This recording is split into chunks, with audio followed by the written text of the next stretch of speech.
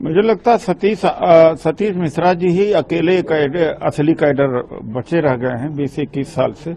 मैंने तो किसी और नेता को नहीं देखा जो इतने लंबे समय तक ताकतवर बना रहा हो, और सतीश मिश्रा जी हैं जो प्रेस में बात कर सकते हैं, बाकी किसी की हिम्मत नहीं है।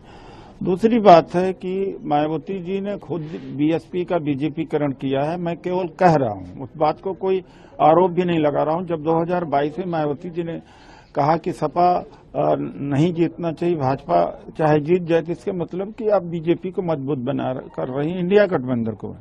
राहुल गांधी जी ने रायबरेली से कहा कि अगर ये समझौता करती लोकसभा चुनाव में तो बीजेपी 160-70 तक सिमट सकती थी, और आज केंद्र में सरकार इनकी न होती। तो इसका बीजेपीकरण हो गया। आकाश आनंद ने केवल भाजपा के खिलाफ में आक्रामक भाषण देने से उनको निकाल दिया। 2 बार कोऑर्डिनेटर बनाया, 2 बार निकाल दिया। किसके दबाव में?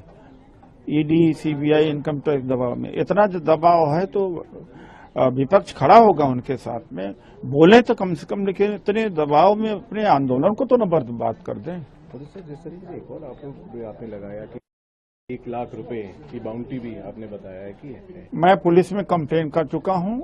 जब मैं 17 फरवरी को बोला था कि ये बहुजन आंदोलन का गला घोटा है और इनका गला घोटा जाना चाहिए, यानी राजनीतिक रूप से इनकी रवानगी कर दी जानी चाहिए। उसके बाद में सैकड़ों टेलीफोनिक कॉल आए जिसमें गाली गलौज दिया गया और धमकियां दी गई, और एक ने वीडियो जारी किया और पुलिस में दिया गया जिसने कहा कि उदित राज को जो मारेगा, जान से मारेगा, उसको 1 लाख रुपया का इनाम है।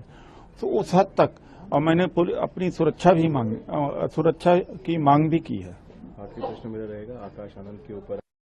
जब क्वेश्चन आपसे पूछा भी गया कि आकाश आनंद को कांग्रेस में न्योता मिलेगा, ऑफिशियल स्टैंड आप क्या कहना चाहते हैं? अपना एक्सटेंड करना चाहेंगे? मैं न्योता देता हूं आकाश आनंद जी को कि कांग्रेस पार्टी में आए, और उन्हीं को नहीं, सारे जितने बहुजन समाज पार्टी के कार्यकर्ता हैं, काशीराम जी के सपोर्टर हैं, अम्बेडकराइट हैं, वो सब कांग्रेस पार्टी में आकर के संविधान आरक्षण की बचाने की लड़ाई लड़े और जाति जनगणना की लड़ाई में सहयोग दें।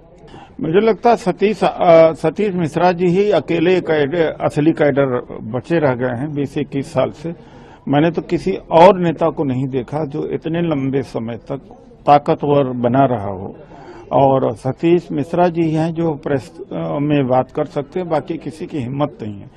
दूसरी बात है कि मायावती जी ने खुद बीएसपी का बीजेपीकरण किया है। मैं केवल कह रहा हूं, उस बात को कोई आरोप भी नहीं लगा रहा हूं। जब 2022 में मायावती जी ने कहा कि सपा नहीं जीतना चाहिए, भाजपा चाहे जीत जाए, तो इसके मतलब कि आप बीजेपी को मजबूत बना कर रही हैं, इंडिया गठबंधन को। राहुल गांधी जी ने रायबरेली से कहा कि अगर ये समझौता करती लोकसभा चुनाव में तो बीजेपी 160-70 तक सिमट सकती थी, और आज केंद्र में सरकार इनकी न होती। तो इसका बीजेपीकरण हो गया। आकाश आनंद ने केवल भाजपा के खिलाफ में आक्रामक भाषण देने से उनको निकाल दिया। 2 बार कोऑर्डिनेटर बनाया, 2 बार निकाल दिया। किसके दबाव में? ईडी, सीबीआई, इनकम टैक्स दबाव में। इतना जो दबाव है तो विपक्ष खड़ा होगा उनके साथ में, बोले तो कम से कम, लेकिन इतने दबाव में अपने आंदोलन को तो न बर्बाद कर दें। जिस तरीके से एक और आपने लगाया कि 1 लाख रुपए की बाउंटी भी आपने बताया कि मैं पुलिस में कंप्लेन कर चुका हूं। जब मैं 17 फरवरी को बोला था कि ये बहुजन आंदोलन का गला घोटा है और इनका गला घोटा जाना चाहिए, यानी राजनीतिक रूप से इनकी रवानगी कर दी जानी चाहिए। उसके बाद में सैकड़ों टेलीफोनिक कॉल आए जिसमें गाली गलौज दिया गया और धमकियां दी गई, और एक ने वीडियो जारी किया और पुलिस में दिया गया जिसने कहा कि उदित राज को जो मारेगा, जान से मारेगा, उसको 1 लाख रुपया का इनाम है। तो उस हद तक, और मैंने अपनी सुरक्षा की मांग भी की है। आखिरी प्रश्न मेरा रहेगा आकाश आनंद के ऊपर।